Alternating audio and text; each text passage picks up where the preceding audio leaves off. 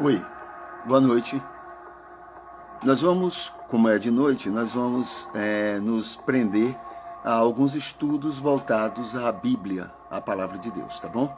A gente vai estudar hoje sobre a presença de culturas, a presença de conceitos que não são religiosos, mas que estão dentro da Bíblia, porque na época em que foram inseridos, né, faziam parte do contexto social, o contexto histórico. Mas por que isso é importante? Por que é bom a gente dar uma olhada sobre isso? Porque muitas vezes nós estamos em uma outra cultura, estamos numa outra circunstância, mas somos tentados a olhar tudo aquilo, a saber de tudo aquilo, como se fizesse parte do texto bíblico. Entende? Então, foi uma roupagem cultural do momento, da época, para se colocar o ensino bíblico. Mas hoje, muitas vezes, não poucas, há uma tentação muito grande das pessoas em trazer o texto junto com o contexto e tomar tudo como sendo literal. E aí criar algumas divergências. Tem algum problema isso? Quer dizer, isso atrapalha em alguma coisa? Não na vida do salvo. Não na vida de uma pessoa que é guiada pelo Espírito Santo. Entendeu?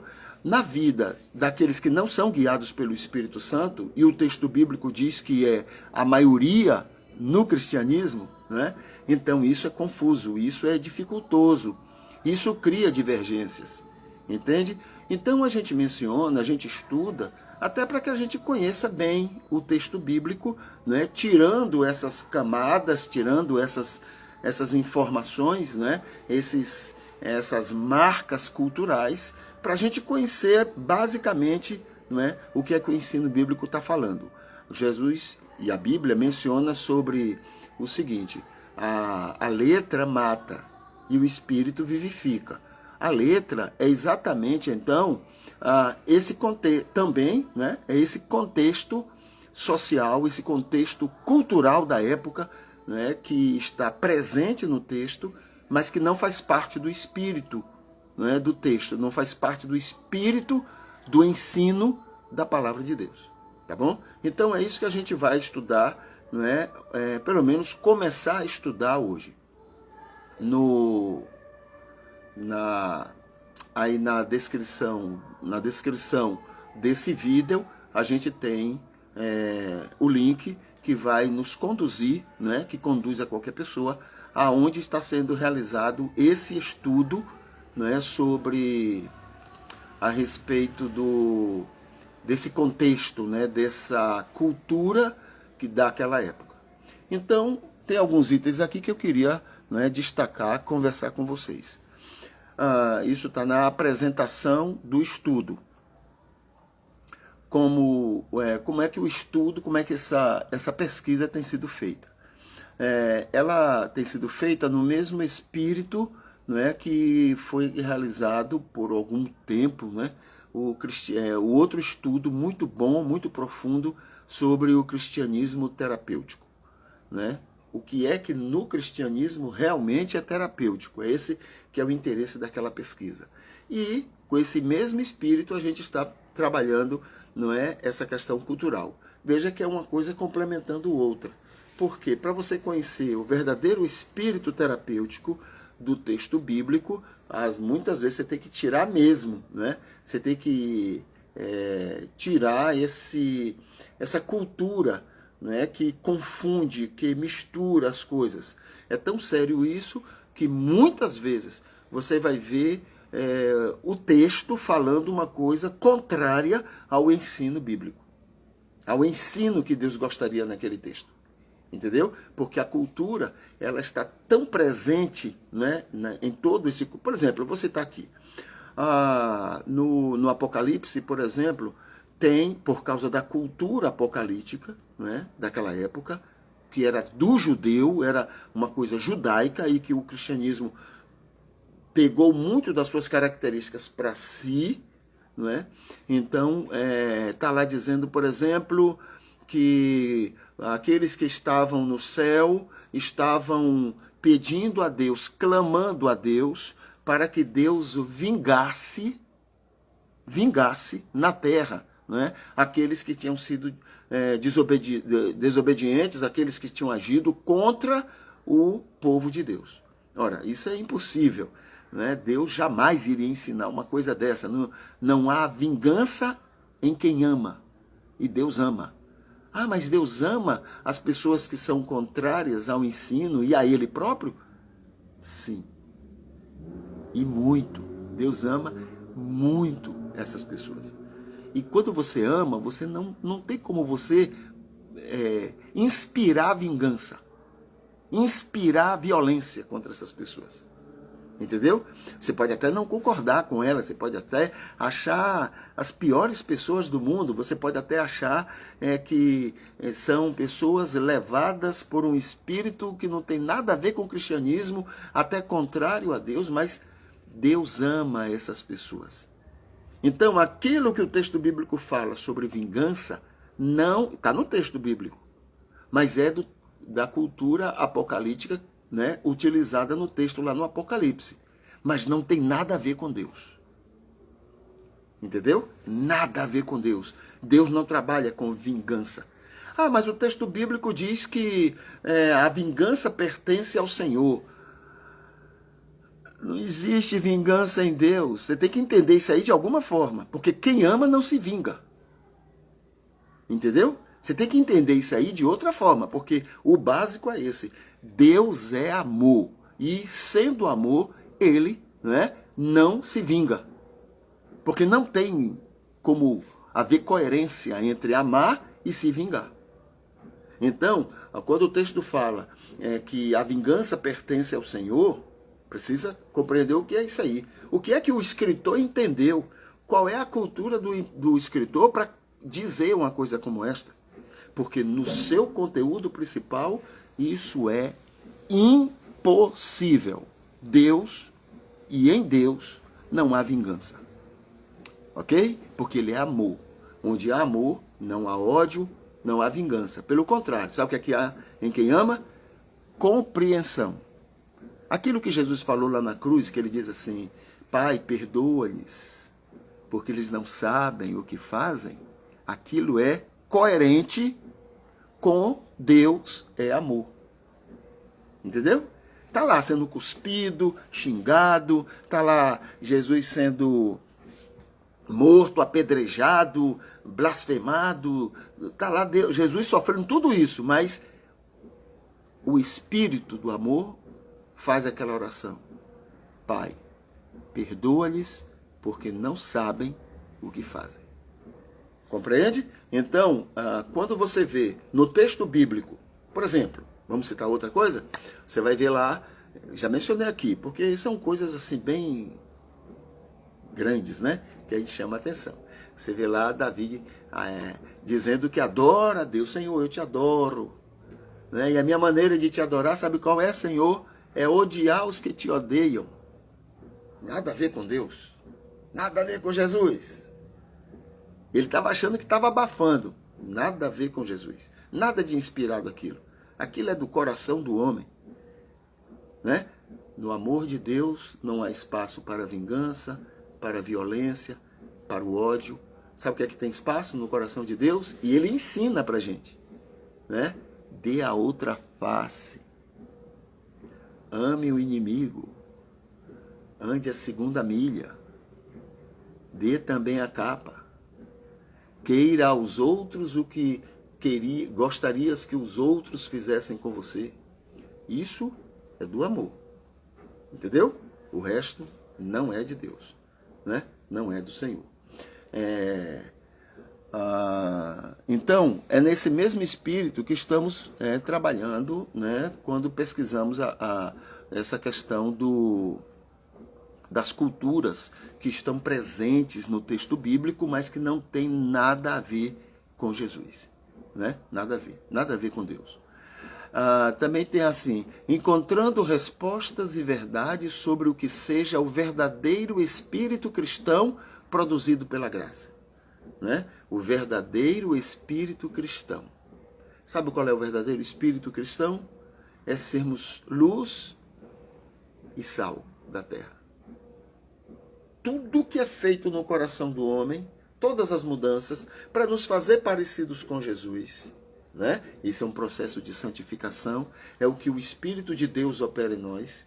Muito bem, tudo isso tem dois grandes objetivos. O primeiro objetivo é termos a condição de habitar o céu. Olha,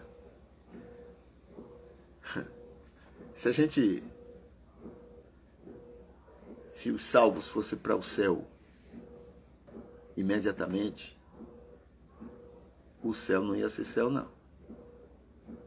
Porque a gente tem uma tendência tão grande para desobedecer, para fazer. A gente fica assim, a gente não sabe o que quer. Mas na hora que alguém lá diz assim, não, vocês façam isso, aí a gente não quer isso. A gente quer o contrário. A gente quer agir o contrário. O céu ia ser o inferno.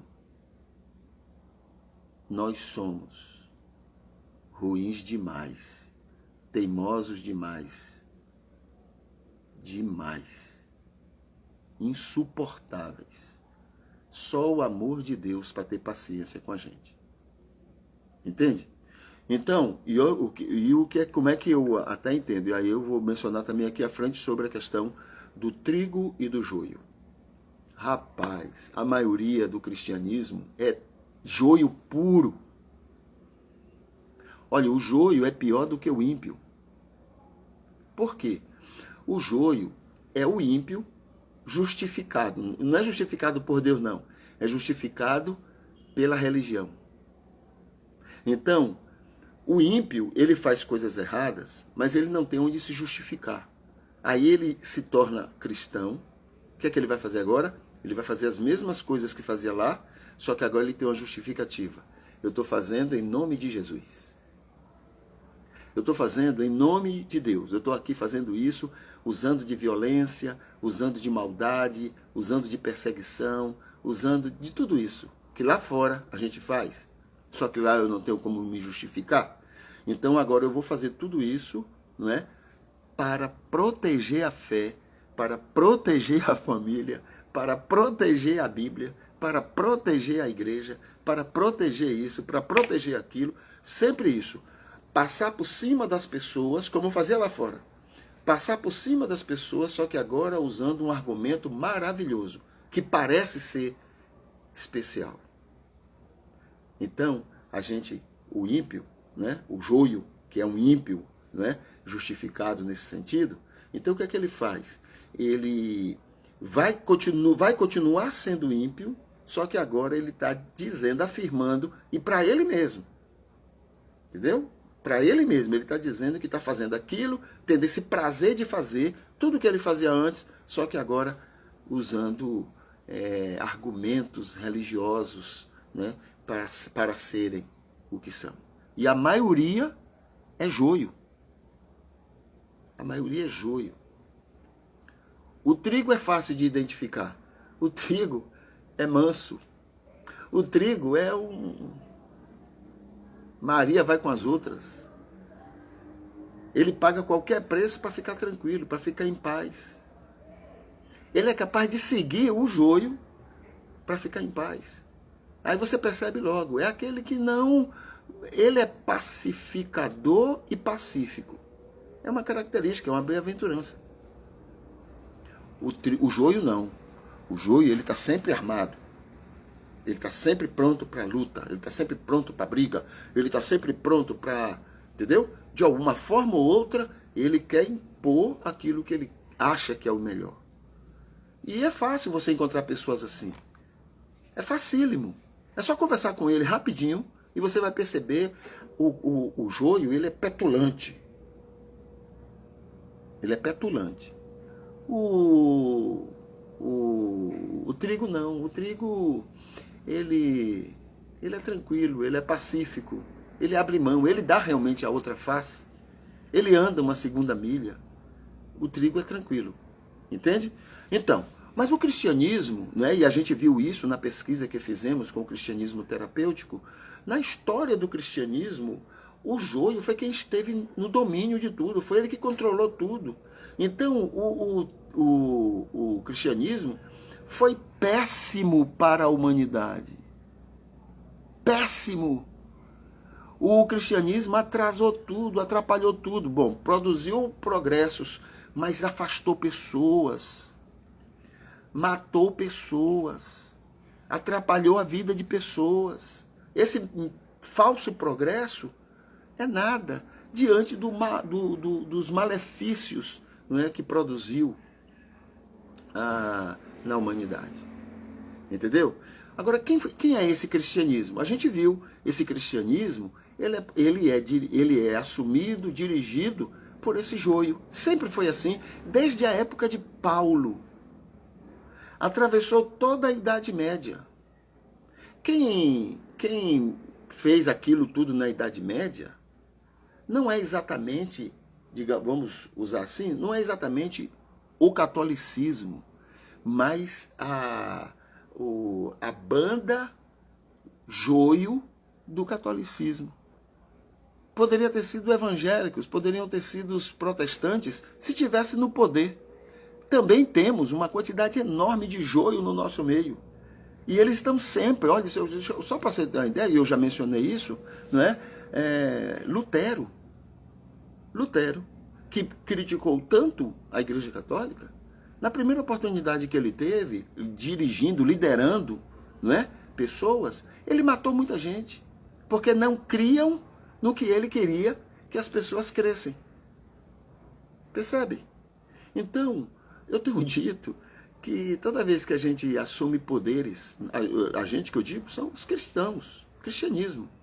Eu não estou nem preocupado com outras religiões, não. Mas toda vez que a gente assume o poder, né, assume o poder em nome de religião, a gente vai fazer igual o Talibã. A gente critica o Talibã, mas a gente faz a mesma coisa. Quando você vê uma pessoa, não, eu vou assumir o poder porque é para Deus. Olhe, muito cuidado com essas pessoas. Perigosíssimas. Perigosíssimas. Entendeu? Então, isso na história toda foi assim. Quem manteve, por exemplo, Constantino no poder foram os cristãos. E foi quem mais atrapalhou a vida de Constantino. Foi quem mais deu apoio a ele. E depois que, não é, que ele saiu, foi quem começou a manipular tudo no Império Romano. E foi culminar, então, na Idade Média. Que a gente conhece o que aconteceu. Né? Então, buscando entender, aqui, através das diferenças entre o cristianismo joio e o trigo da história da humanidade. Então, a gente também vai considerar isso. Né? A gente não pode chamar que o cristianismo todo é isso que a gente conhece. É isso que a gente vê por aí. Existe trigo. Pouco, mas tem trigo, que é cristão. E esse trigo não faz mal à humanidade. Esse trigo é luz, é sal, para abençoar a humanidade, porque Deus ama a humanidade. Entende? Tem aqui também, quando um se opõe totalmente ao outro, né? Então são antagônicos o cristianismo joio e o cristianismo trigo. Um está querendo impor as coisas em nome de Jesus, o outro está querendo respeitar as coisas em nome de Jesus. Olha que diferença, né? Um impõe em nome de Jesus e o outro respeita as pessoas em nome de Jesus. Exatamente como Deus faz com a gente. Deus respeita a humanidade, respeita as pessoas. Entende? Então, deixe-me ver aqui mais. Bom, tudo isso é ligado ao estudo que a gente estará fazendo, né? Vamos ter várias oportunidades. O link vai estar aí também na descrição dessa live, né? Desse estudo que estamos fazendo a respeito de culturas, não é? Culturas e conceitos apócrifos no texto bíblico. No texto bíblico. Entende? Então, essa é a preocupação. Depois temos aqui uma introdução, né? Uma introdução.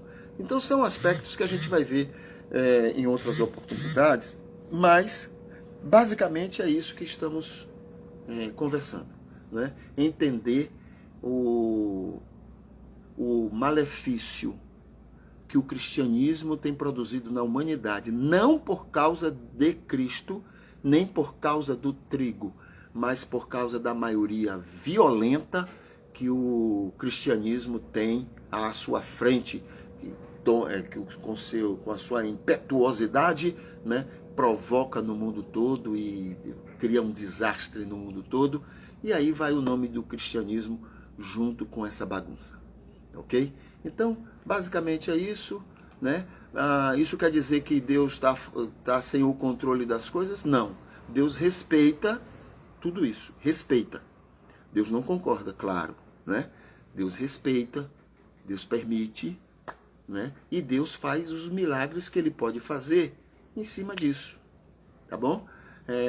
Apesar disso, os milagres que Ele faz para alcançar pessoas, para abençoar pessoas, para salvar pessoas. Então,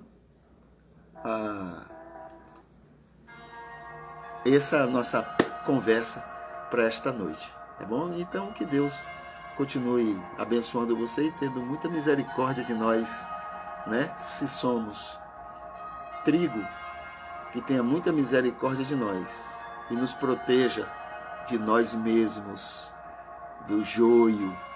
E olhe, eu acho que a gente precisa orar muito mais ainda pelo mundo. Não tem amados de Deus mais atrapalhados e mais prejudicados, não é, do que o mundo com esse cristianismo que a gente todo dia contra eles. Em nome de Jesus, desobedecendo a Jesus, que ama muito a eles. Então, que Ele continue tendo misericórdia, então, de todos nós. Tá bom?